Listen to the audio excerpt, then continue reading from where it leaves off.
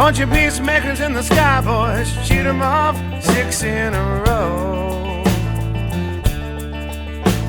Climb down off your saddles, hit the bar, gamble below you go. Well, the girls sure are pretty and the whiskey is cheap. I hit a deep vein on my stick a mile up the creek. Mr. plays the Sugarfoot, tomorrow we're all going home. Chapter 59. Call expected Gus to be back in a day or two. Maybe he'd have the girl, and maybe he wouldn't, but it was not likely he'd be gone long. Gus was a hard traveler, and usually overtook whoever he was after, promptly arrested them, dispatched them, and got back. For a day or two, he didn't give Gus's absence much thought. He was irritated with Jake Spoon for having been so troublesome and undependable, but then he partly had himself to blame for that. He should have set Jake straight before they even left Lonesome Dove, informed him in no uncertain terms that the girl wasn't coming. When the third day passed and Gus wasn't back, Call began to be uneasy. Augustus had survived so much that Call didn't give his safety much thought. Even men accustomed all their lives to sudden death didn't expect it to happen to Gus McCrae. The rest of them might fall by the wayside, their mortality taking gentle or cruel forms, but Gus would just go on talking. Yet 5 days passed, and then a week, and he didn't return.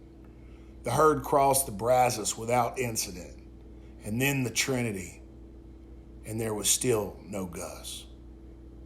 They camped west of Fort Worth, and Call allowed the men to go on into town. He would be the last town they would see until they hit Ogallala, and it might be that some of them wouldn't live to hit Ogallala. He let them go to the carousel, keeping just the boys to help him hold the herd. Dish Boggett volunteered to stay, too. He still had his thoughts on Lorena and was not about to leave the camp while there was a chance that Gus would bring her back.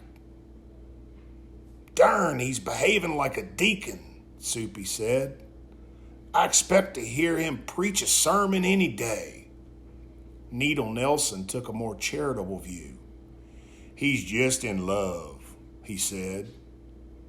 "He don't want to go trashing around with us." "By God, he'll wish he had before he hit Nebraska," Jake's Basper Paint said. "You don't see me waiting. I like to drink a couple of more bottles of good whiskey before I have to cross any more of them damn cold rivers. They got real cold rivers up north, I hear. Some of them even got ice in them, I guess. If I was to see a chunk of ice in a river, I'd rope it and we'd use it to water our drinks," Bert Borum said. Bert was inordinately proud of his skills with a rope, the men thought. He was indeed quick and accurate, but the men were tired of hearing him brag on himself and were constantly on the lookout for things he could rope that might cause him to miss. And Bert had silenced them for a whole day by roping a coyote on the first throw. But they were not the sort of men to keep silent long. "Go rope that darn bull if you're such good at roping," Needle Nelson said, referring to the Texas bull. The bull seemed to resent it when the cowboys sat in groups. He would position himself 50 yards away and paw the earth and bellow. Needle was in favor of shooting him, but Call wouldn't have it. "I can rope that son of a bitch fast enough," Bert said. "Getting the rope off would be the problem." "Getting you buried would be the problem if you was to rope that bull," Dish said. The fact that he chose to restrain himself and not get drunk in Fort Worth increased his sense of superiority somewhat, and many of the crew had all about Dish's sense of superiority as they would take particularly since he was restraining himself for love of a young woman who clearly didn't give a hoot about him. If you're so in love, why didn't you go bring her back and leave Gus here? Jasper asked. Gus is a damn sight more entertaining than you are, Dish. At that, Dish turned and jumped him, but Call soon broke it up. If you want to fight, collect your wages first. The Rainey boys were feeling grown up and wanted Newt to talk the captain into letting them go to town. I want to try a whore, Ben Rainey said. Newt declined to make the request. Just ask him, Ben said. I'll ask him when we get to Nebraska, Newt said. Yeah, and if I drown in the Red River, I won't ever get no chance to try no whore, Ben said. Call began to be very worried about Gus. It was unusual for him to be gone so long with only one man to chase. Of course, Blue Duck might have had a gang waiting, and Gus might have ridden into an ambush. He had done nothing serious fighting-wise in years, and even P.I.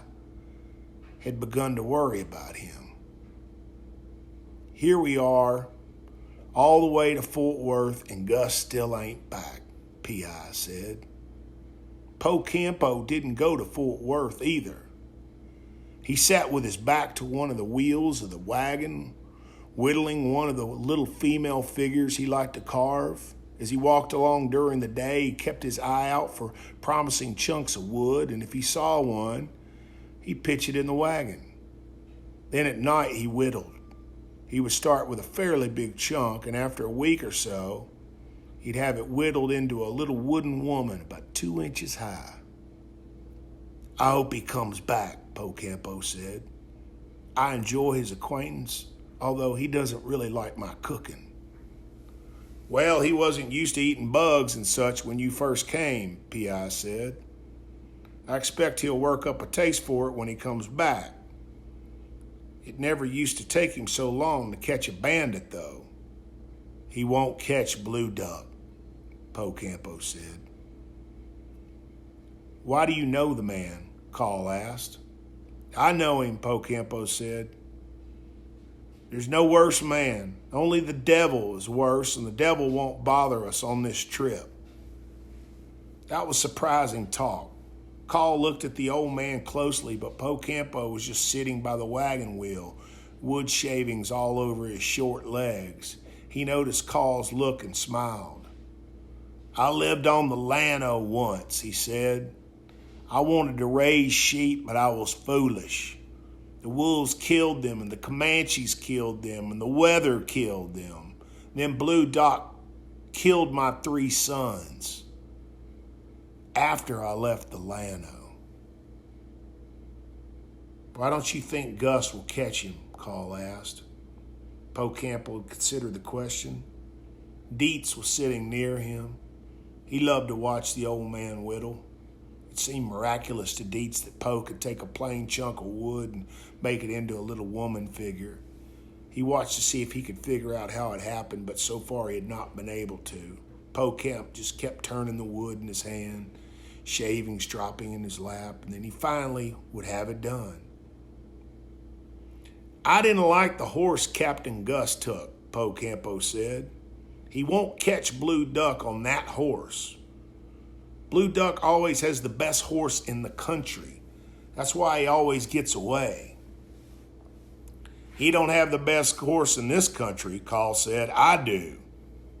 Yes, that's true. She is a fine mare, Po said. You might catch up with him, but Captain Gus won't. Blue Duck will sell the woman. Captain Gus might get her back if the Indians don't finish him. I wouldn't make a bet. I'd make one if I had money, Dietz said. Mr. Gus will be fine. I didn't think there was much left in the way of Indians, Call said. They're young renegades, Po said. Blue Duck always finds them. Some are left. The Llano is a big place. That was certainly true. Carl remembered the few times that they had ventured on it. After a day or two, the men would grow anxious because of the emptiness. "There's too much of this nothing," P said. He would say it 2 or 3 times a day like a refrain as the mirages shimmered in the endless distance. Even a man with good sense of direction could get lost with a few surface features to guide him. Water was always chancy. "I miss Gus," P.I. said. "I get to expect to hear him talk and he ain't here. My ears are sort of get empty." Carl had to admit that he missed him too and that he was worried. He had had at least one disagreement a day with Gus for as many years as he could remember. Gus never answered any question directly, but it was possible to test an opinion against him if you went about it right. More and more, Carl felt his absence, though fortunately they were having uneventful times. The cattle were fairly well trail broken and weren't giving us any trouble. The crew, for the most part, had been well behaved, no more irritable or contrary than any other group of men. The weather had been ideal, water plentiful, and the spring grass excellent for grazing. A thought that nagged Carl was that he had let Gus off alone to do a job that was too big for him. A job they ought to have done together. Often during the day, as he rode ahead of the herd, he would look to the northwest, hoping to see Gus returning. More and more, the thought came to him that Gus was probably dead. Men simply vanished into the llano to die somewhere and lie without graves, their bones eventually scattered by varmints. Of course, Gus was a famous man in his way. If Blue Duck had killed him, he might brag, and word would eventually get back. But if some young renegade who didn't know he was a famous man killed him, then he'd simply be gone. The thought that Gus was dead began to weigh on Carl. It came to him several times a day, at moments, and made him feel empty and strange. They had not much of a talk before Gus left. Nothing much had been said. He began to wish that somehow things could have been rounded off a little better. Of course, he knew death was no respecter. People just dropped when they dropped, whether they had rounded things off or not. Still, it haunted him that Gus had just ridden off and might not come back. He would look at the cattle herd strung out across the prairie and feel it all worthless and a little absurd. Some days he almost felt like turning the cattle loose and paying off the crew. He could take P and Dietz and maybe the boys, and they could look for Gus until they found him. The crew came back from Fort Worth hungover and subdued. Jasper Fant's head was splitting to such an extent that he couldn't bear to ride. He got off his horse and walked the last 2 miles, stopping from time to time just to vomit. He tried to get the other boys to wait on him.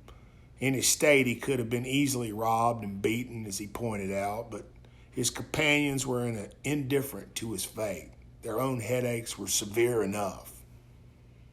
"You can walk to China for all I care," Needle said, expressing the sentiment of the group.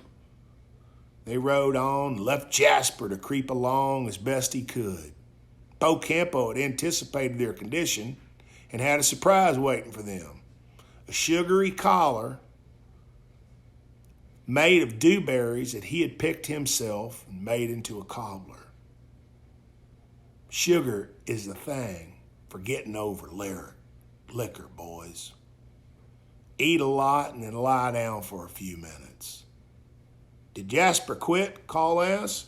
"No, he's enjoying the drive. He's somewhere between here and town," Soupy Jones said. "Last I heard, he sounded like he was about to vomit up his socks." "What's the news of Jake?" Carl inquired. The question produced a remarkable collection of black looks. "He's a haughty son of a bitch," Bert Borum said. He acted like he never knowed a one of us. He told me I smell like cow shit, Needle said. He was sitting there gambling and had some whore hanging all over him. I wouldn't say he misses that one that got took. Jasper finally strangled in. Everyone was standing around grinning, though he couldn't see why. Something must have happened funnier than what I've been doing, he said. A lot of things are funnier than vomiting, P.I. said. Jasper missed the cobbler. That's the laugh, Alan O'Brien said, not feeling too frisky himself. I used to be better at hangovers back in Ireland. Of course, then I had one every day.